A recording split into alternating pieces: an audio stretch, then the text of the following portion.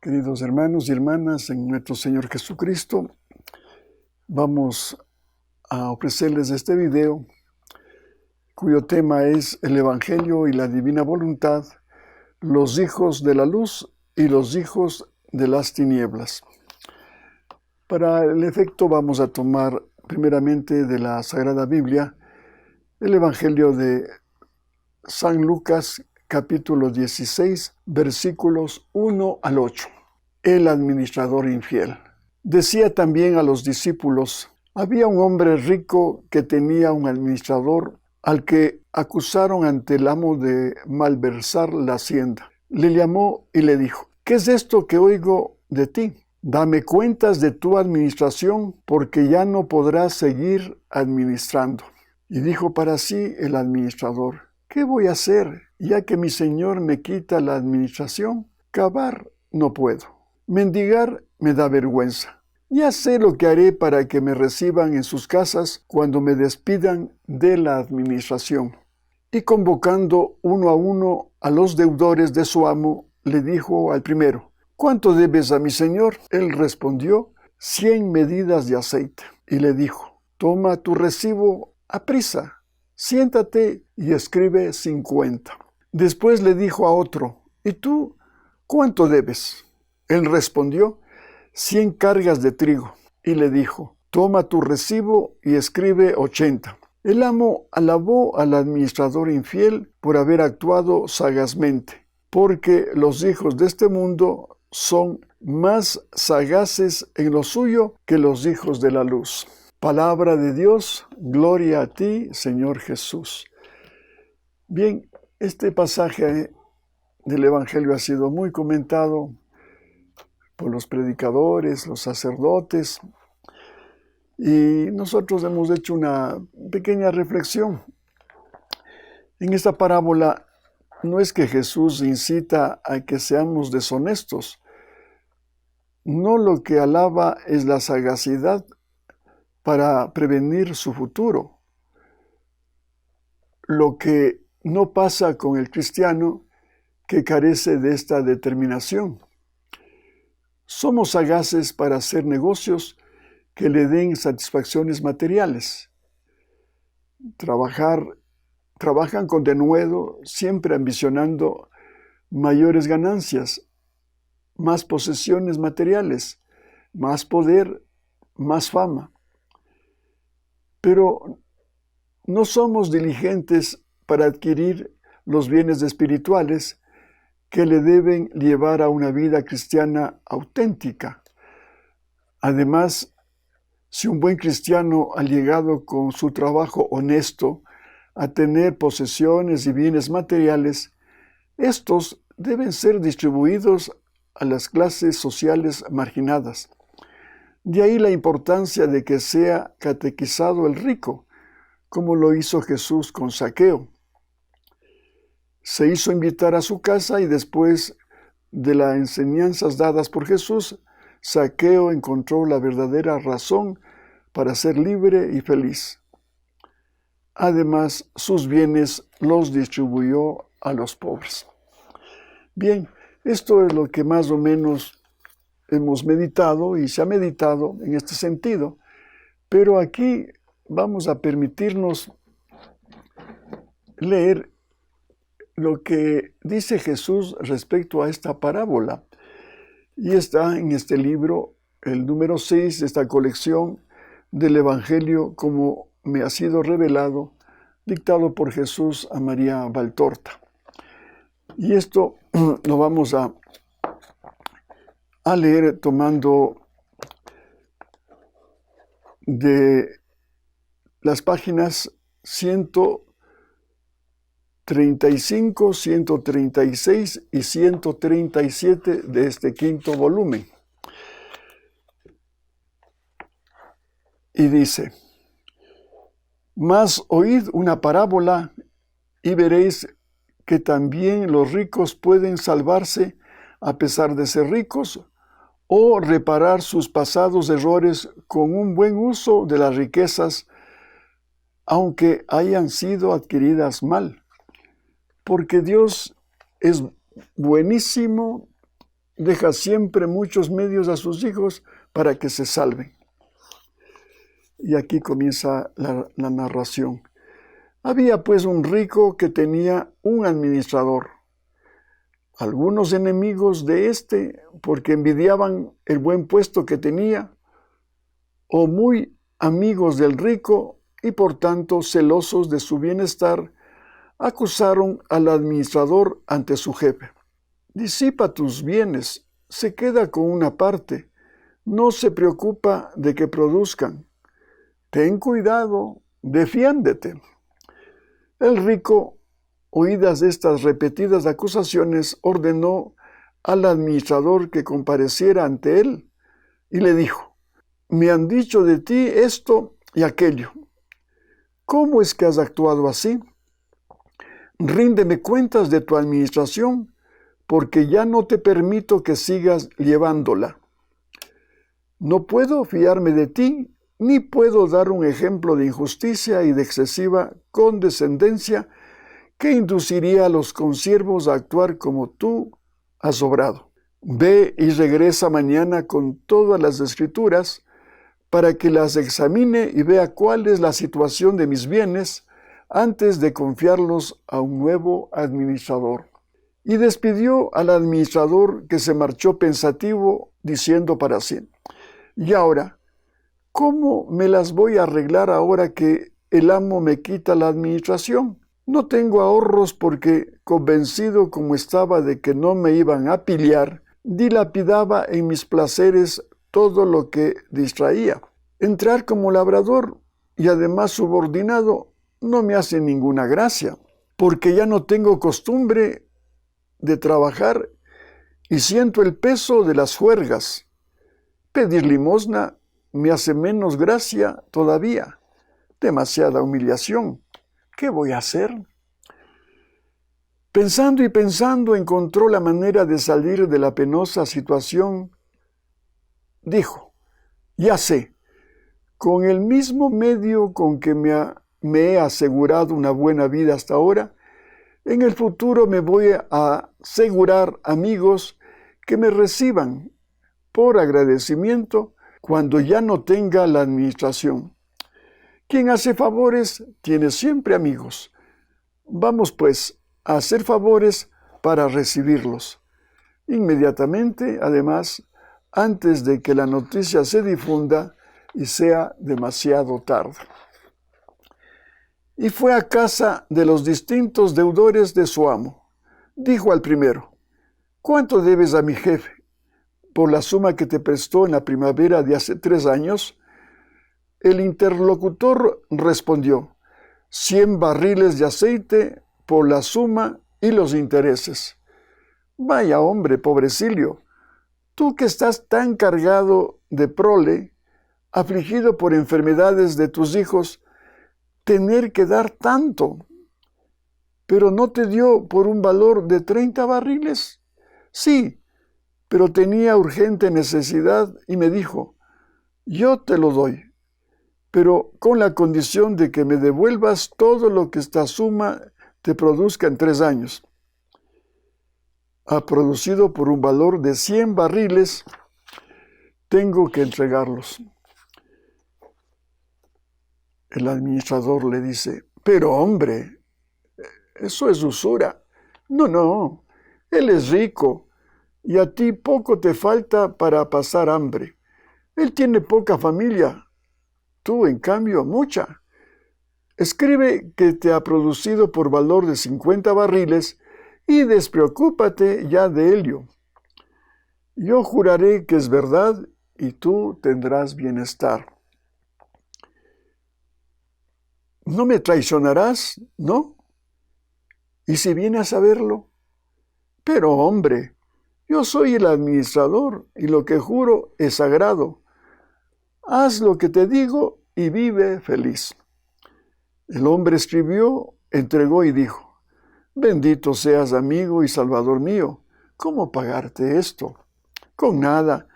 Esto significa que si por ti sufriera algún daño y me echaran, me recibirías por agradecimiento. Hombre, claro, puedes contar con ello. el administrador fue a casa de otro deudor y mantuvo más o menos la misma conversación. Este tenía que devolver 100 fanegas de trigo porque durante 3 años la sequía había destruido sus cereales y había tenido que pedir al rico para dar de comer a la familia. No, hombre, no te preocupes de doblar lo que te dio. Negar el trigo, exigir el doble a uno que tiene hambre e hijos, mientras que su trigo se agorgoja en los graneros por sobreabundancia. Escribe 80 fanegas. Pero si se acuerda de que me dio 20 y luego 10, ¿cómo se va a acordar? Te las di yo, y yo no quiero acordarme. Hazlo así. Haz como te digo y arregla tu situación. Hace falta justicia entre pobres y ricos. Por mi parte, si fuera yo el patrón, hubiera pedido solo las 50 y quizás las perdonase incluso. Ah, tú eres bueno. Si fueran todos como tú, recuerda que esta es una casa amiga para ti. El administrador fue a ver a otros usando el mismo método, manifestándose dispuesto a sufrir para subsanar las cosas con justicia. Y le llovieron bendiciones y ofertas de ayuda. Miren cómo aquí narra esta parábola Jesús haciendo notar la astucia de este administrador para sacar provecho luego de los deudores de su amo. Por eso muy bien este título, los hijos de las tinieblas son más astutos que los hijos de la luz. Despreocupado ya respecto al futuro, el administrador fue tranquilo a ver a su jefe, el cual por su parte había estado siguiendo los pasos del administrador y había descubierto su juego, por no decir su picardía. Y no obstante, le alabó diciendo, tu acción no es buena, no te alabo por ella, pero debo alabarte por tu sagacidad. En verdad, los hijos del siglo son más astutos que los hijos de la luz. Y aquí ya habla Jesús. Y yo os digo también lo que dijo el rico. El fraude no es una cosa bonita y nunca alabaré por él a ninguno. Pero os exhorto a ser, al menos en cuanto hijos del mundo, astutos con los medios del mundo, para darles un uso como monedas para entrar en el reino de la luz. O sea, con las riquezas terrenas, medios injustos en la repartición y usados para alcanzar un bienestar transitorio que no tiene valor en el reino eterno, haceos amigos que os abran las puertas de él. Haced el bien con los medios de que disponéis. Restituid lo que vosotros u otros de vuestra familia hayáis tomado sin derecho. Separaos del apego enfermo y culpable hacia las riquezas. Y todas estas cosas serán como amigos que en la hora de la muerte os abrirán las puertas eternas y os recibirán en las moradas beatas. Entonces aquí también Jesús está dando una lección de que primero Él no alaba el robo, no aplaude el robo y la deshonestidad.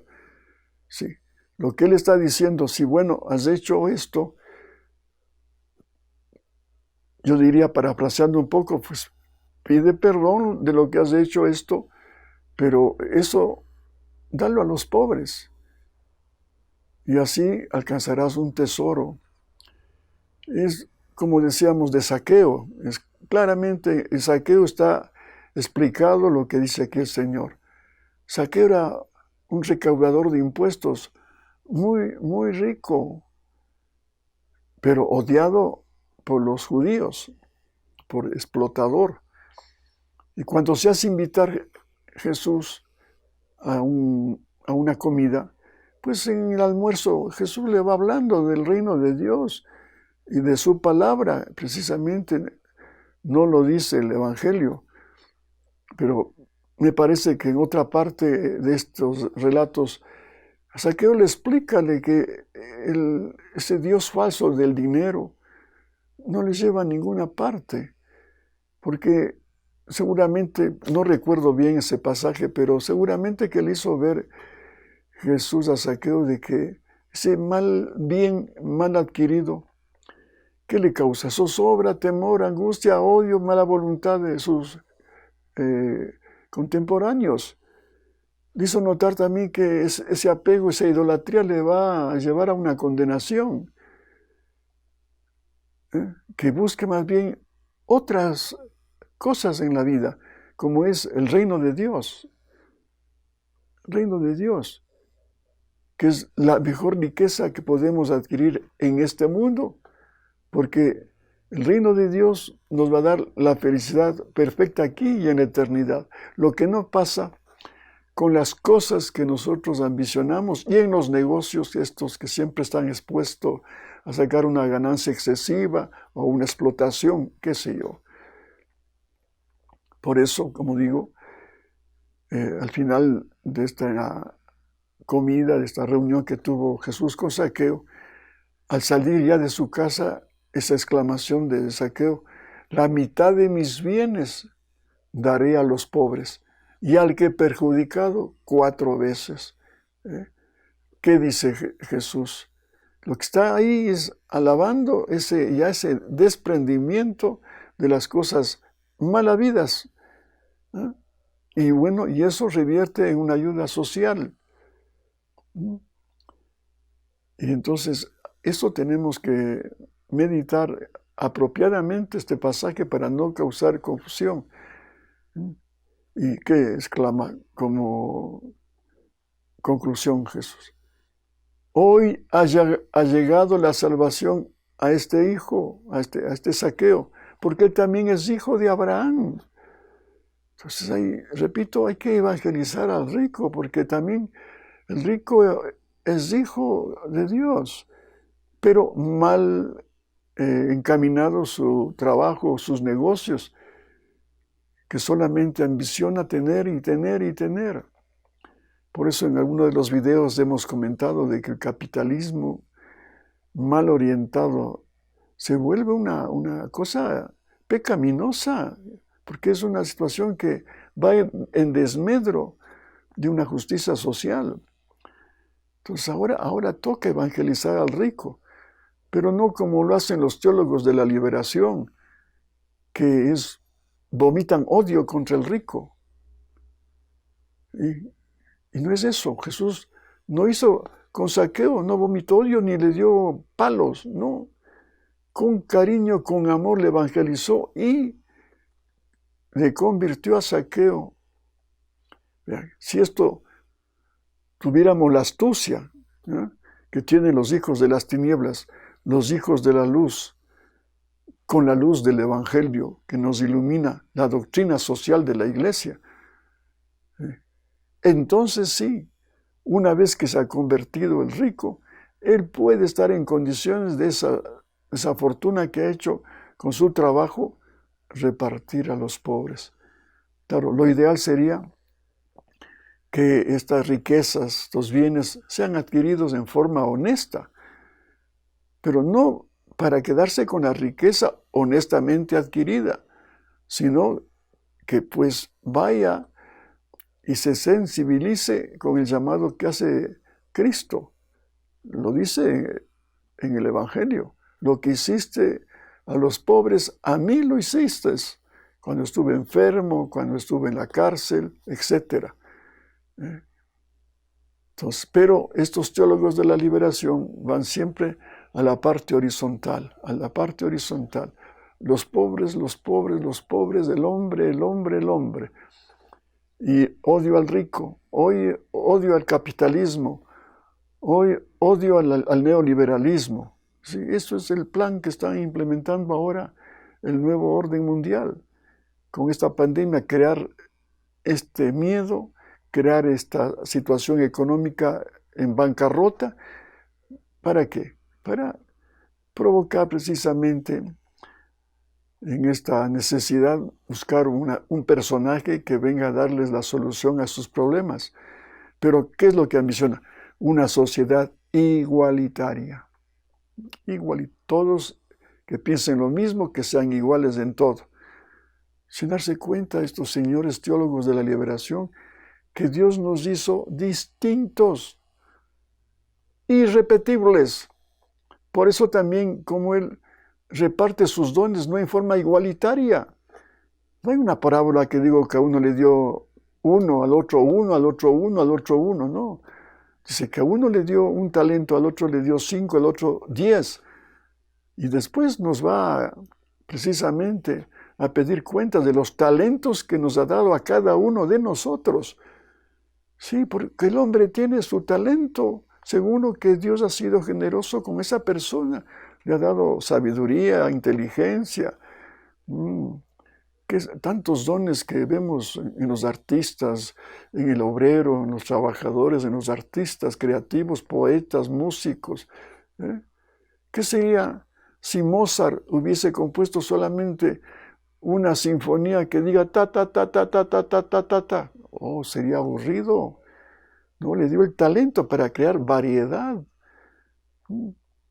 ¿Qué sería este universo? Que todo fuera cielo, todo fuera árboles, todo fuera animales. No, en cada animal hay su variedad, perros, bueyes, gatos. En las plantas, pues miren, la variedad. En los frutos, papaya, peras, duraznos, claudias, abrido. Y en los hombres igual, somos diferentes. ¿Qué sería tener una humanidad igualitaria como pretenden estos comunistas? Yo he estado en Cuba, les he dicho en otros videos, y eso es lo que pretende el nuevo orden mundial. Cuba es el nuevo orden mundial en chiquito. Todos iguales, pero no tienen talentos, y por eso en la pobreza que viven hay una viveza criolla ahí para poder subsistir. Y son muy creativos los cubanos para sacar provecho, pero de cualquier cosa, hasta por el cambio de un aro o de una llanta, qué sé yo, de un carro viejo. Entonces no se puede auspiciar y aupar este nuevo orden mundial. Una sola religión, una nueva iglesia, una sola moneda y un solo gobierno. Claro, esto es el plan de los Illuminatis. Y están buscando tontos útiles, como el comunismo, por ejemplo. Ellos mismos lo dicen. El comunismo es un tonto útil. Los Illuminatis, pues, en primer lugar, dan importancia a la masonería. Y la masonería, pues, dice, los comunistas son tontos útiles. Ahora busquemos en la iglesia quién puede colaborar con nuestro nuevo orden mundial. Y eso es lo que pretenden. Lamentablemente el Vaticano está rodeado de gente, inclusive obispos y cardenales, masones y comunistas. Es duro decir esto, pero es la realidad. Entonces, por eso digo, este pasaje es muy importante que lo entendamos. Bien, y seguimos con lo que dice el Señor. ¿Cómo podéis exigir que Dios os dé sus bienes paradisíacos si veis que no sabéis hacer buen uso ni siquiera de los bienes terrenos? ¿Pretendéis que, suponiendo un imposible, admita en la Jerusalén celestial elementos disipadores? Allá ya no va a haber picardías como aquí en la tierra, en el cielo. No, nunca. Allá arriba se vivirá con caridad y con generosidad y justicia. Todos para uno y todos para todos. La comunión de los santos es sociedad activa y honesta, es sociedad santa, y ninguno que haya mostrado ser injusto e infiel puede entrar en ella. Entonces, si hemos sido injustos, todavía hay tiempo de acercarse a Dios con el sacramento de la reconciliación y tener el propósito de enmienda de no ser más injusto ni infiel. No digáis, pero allá arriba seremos fieles y justos, porque tendremos todo sin sujeción a temor alguno. No, dice Jesús, el que es infiel en lo poco sería infiel aunque poseyera el todo. Y aquí, como puede dar lugar a alguna interpretación, hay un pie de página que la misma María Valtorta le dio sentido a lo que está diciendo. Dice, es cierto que en el cielo no se puede pecar ni ser infieles, porque los que están en el cielo están ya confirmados en gracia y ya no pueden pecar. Entonces, como le consultó a Jesús, pues dice, pero Jesús pone esta comparación para ser comprendido más fácilmente. Solamente es una expresión didáctica, pedagógica. Y quien es injusto en lo poco, es injusto en lo mucho. Dios no confía las verdaderas riquezas al que en la prueba terrena muestra que no sabe hacer uso de las riquezas terrenas. ¿Cómo podrá Dios confiaros un día en el cielo la misión de ser espíritus auxiliadores de vuestros hermanos de la tierra, cuando habéis mostrado que arrebatar y robar o conservar con avidez es vuestra prerrogativa? ¿Qué llamada de atención que nos hace? ¿Cómo puede confiarnos si somos aquí unos pícaros ladrones y conservadores, apegados a las cosas? No.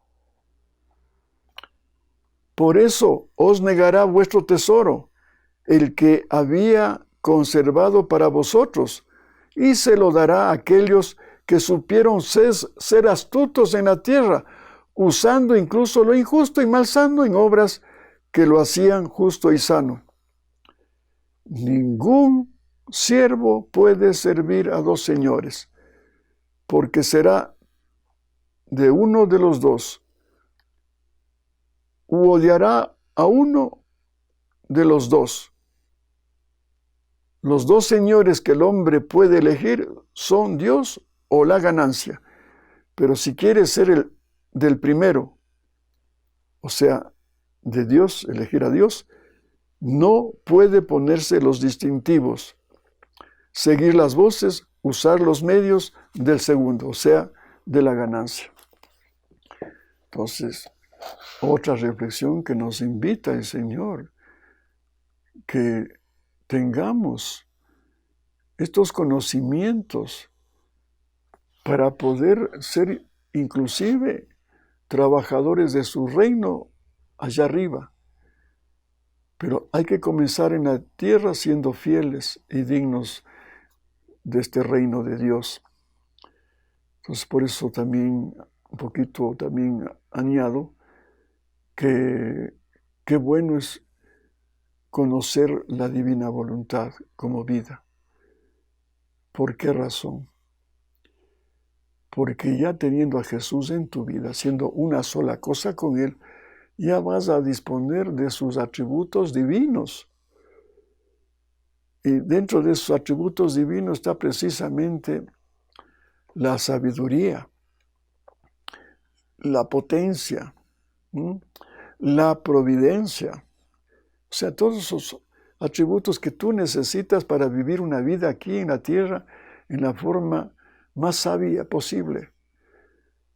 Entonces, ahora ya con la sabiduría divina, pues ya no vas a tener esos apegos de las cosas temporales, porque ya tienes un conocimiento. Cuando lees los escritos dados por Jesús a Luisa, de que hay otros tesoros que van a perdurar toda tu vida, aquí y en la eternidad, que es, repito, el reino de Dios y la felicidad plena. Pero como no conocemos estas verdades, estamos en este mundo de tinieblas. Y claro, la gente que está en este mundo, pues con astucia busca hacer dinero, tener poder y apegarse a esas posesiones. Y eso no le agrada al Señor. ¿Por qué? Porque eso es una idolatría a los bienes temporales.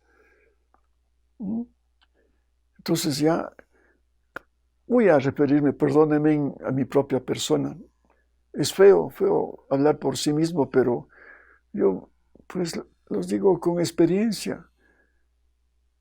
Yo cuando no conocía estas verdades, ni el Evangelio, peor los escritos de Luisa, me eduqué como cualquier persona que busca algo en la vida. Y yo creía que siendo ingeniero, porque tenía un hogar pobre, iba a resolver todos mis problemas temporales y ser feliz. Lejos de eso. Entonces puse a servicio de mi profesión, pues a la sociedad, haciéndome primero trabajos de ingeniero eléctrico en líneas de transmisión, líneas de distribución. Y el Señor me iba bendiciendo. Pero Él tenía un plan mejor para mí, un proyecto divino a mi proyecto humano. Y después ya comencé ya a dejar los trabajos de ingeniería, me dediqué a los negocios. Y claro, siempre con esa venda, ¿no? Porque venimos con una venda, no descubrimos la misión hasta cuando conocemos el Evangelio y más cuando conocemos el libro de la vida, que es la divina voluntad dictada por Jesús a Luisa. Pero sin embargo, ya cuando comencé, ya a raíz de una enfermedad que nadie me curaba, el Señor permitió eso por sacar de ese mal un bien. Estaba enfermo físicamente, pero también enfermo de ambición. Por eso me estresaba demasiado por hacer más plata. Y vino una enfermedad que nadie me curaba. Traía remedios de Francia con la plata que tenía. Y tampoco, hasta que alguien me habló de un retiro que hacía un padre, un sacerdote católico. Y ahí pues con un grupo de asistentes, pues conocí lo que nos hablaba el padre, que para mí era una revelación. Nos habló de la Biblia y de la filosofía oriental. Y nos decía pues que para llegar a ser feliz tenemos dos caminos, el camino de la palabra de Dios o el camino de la filosofía oriental. En mi ignorancia pues dije yo me voy por los dos caminos. Y ninguno esperaba que iba a tener una experiencia de la que tuve, ni mi familia. Si aquí estás leyendo la palabra de Dios y haciendo meditación trascendental. Y yo, ignorante, decía, no, es que un padre me dijo eso y yo creo en el Padre. Cuán equivocado estuve, hermanos. Pero ya les he dado en otro video mi testimonio de lo que fue un fracaso esto de la filosofía oriental, hasta que el Señor me reveló que eso era falso con una vidente colombiana. Cuando equivocadamente puse en un piso de la librería espiritual libros esotéricos, y qué es lo que más vendía, y eso sostenía la librería espiritual en sus inicios, porque nadie, digamos, muy poca gente se acercaba a comprar Biblias, libros espirituales. Más era la filosofía oriental, la metafísica, la nueva era, el yoga, la meditación trascendental y todas esas cosas que estúpidamente los practiqué, pero que me valieron. Por eso a veces es bueno conocer el mal para evitarlo y buscar el bien. Como ya después busqué el bien ya con la palabra de Dios. Y entonces me fui desapegando de las cosas y de esa ambición equivocada que tenía de las cosas, de las tinieblas, del mundo. Entonces sí, ya comencé a cambiar mi horizonte, ya a quitarme la venda y buscar el verdadero sentido a mi vida. Entonces ya fui con este proyecto de llevar la palabra de Dios, porque a mis trabajadores les hizo muy bien cuando yo les repartía Biblias y libros espirituales. Y de ahí, pues, de ahí nace la librería espiritual. Entonces, miren, y el mejor regalo que Dios me dio después de haber ya seleccionado bien los libros, ya con libros ya espirituales que Él mismo me iba dando, entonces también mi visión cambió. Entonces, y ahora sí nos dedicamos pues a buscar la gloria de Dios, y con la librería y con los libros que hemos publicado, ser instrumentos para la salvación de las almas. Ese es nuestro objetivo y que me siento muy dichoso y muy feliz. Ya ahora ya se acabó ese apego a las cosas y estamos con problemas económicos porque la situación de esta pandemia nos ha traído una serie de problemas. Pero como tenemos esa fe que es el mismo Jesús, seguimos adelante. Y más ahora que nunca, en medio de esta crisis. ¿Por qué? Porque el mundo anda en tinieblas, y tenemos que ahora ser instrumentos de esa luz, ser ahora sí hijos de la luz, porque el tiempo apremia, Estamos yendo a pasos agigantados al nuevo orden mundial. Y entonces no queremos ser cómplices cerrando la fundación por la crisis. No, Él proveerá, esta es mi fe, cambiará ya las cosas y Él milagrosamente me da los recursos en forma milagrosa, porque es una obra de Él. Y entonces aquí estamos firmes con Él, porque sin Él imposible, no podríamos hacer nada. Para seguir con estos videos, con esta doctrina maravillosa de la divina voluntad, y ya tener otro enfoque, y no estar en el mundo inmerso de la picardía, como pasa ahora lamentablemente en los negocios, en la política, en la iglesia. Ahora el demonio pues ha metido la astucia y las tinieblas están ahí metidos ahora en la iglesia, en la política, en las naciones, en las entidades que controlan. Ahora nos controlan. Todo está la Organización Mundial de la Salud, estas compañías multinacionales, la Fundación Rockefeller, y otras que auspician inclusive el aborto, esas están llevando al nuevo orden mundial. Y por eso lo que les dije al comienzo de este video, ellos son precisamente los que están buscando esa sociedad igualitaria, donde todos sean lo mismo, pero empobrecidos, y lo peligroso es quedarnos sin Dios, como pasa en Cuba y en los países comunistas, como en la China. Ellos también sí hacen dinero, son capitalistas, pero de una sociedad controlada por el comunismo.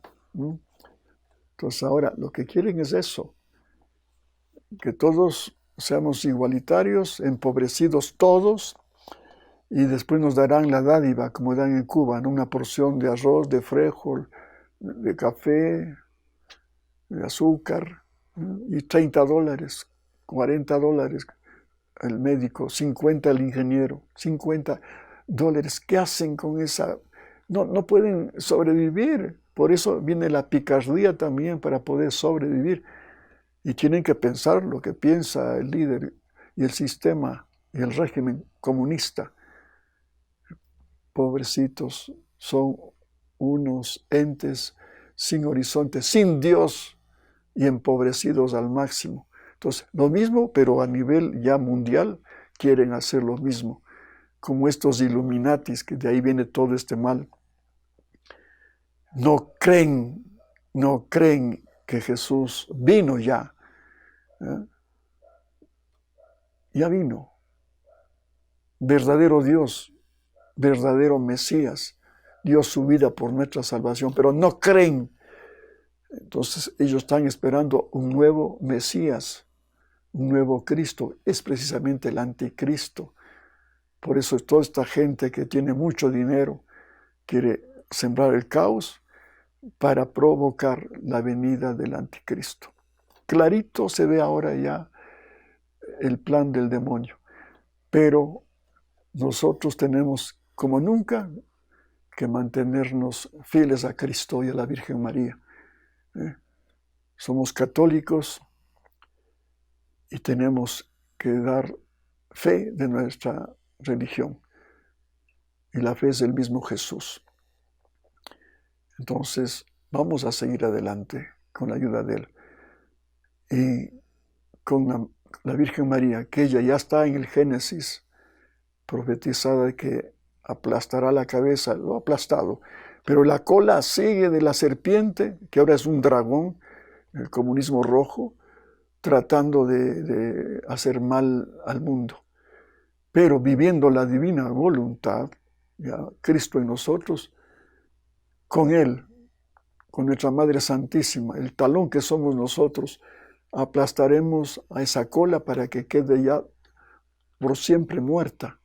Y eso va a pasar. El mismo Jesús acabará con este dragón que está haciendo tanto mal. ¿Y por qué? Simplemente porque no se ha obedecido al Señor y a la Virgen. La Virgencita en Fátima dijo: pido a mi iglesia, al Papa, que consagre Rusia a mi inmaculado corazón, porque si no lo hace, Rusia extenderá sus errores. Ya están los errores instalados en el mundo, pero sigue avanzando ya en algunos países, en países grandes, poco a poco ya están instalando este sistema ateo y que hace mal al hombre, que le hace perder su libertad. Sí.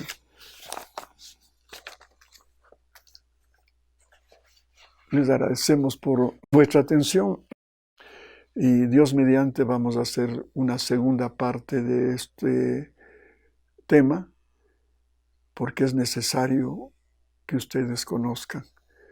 Vamos a hablar ya qué es lo que significa los hijos de la luz y los hijos de las tinieblas ya en el tema de la divina voluntad dictada por Jesús a Luisa.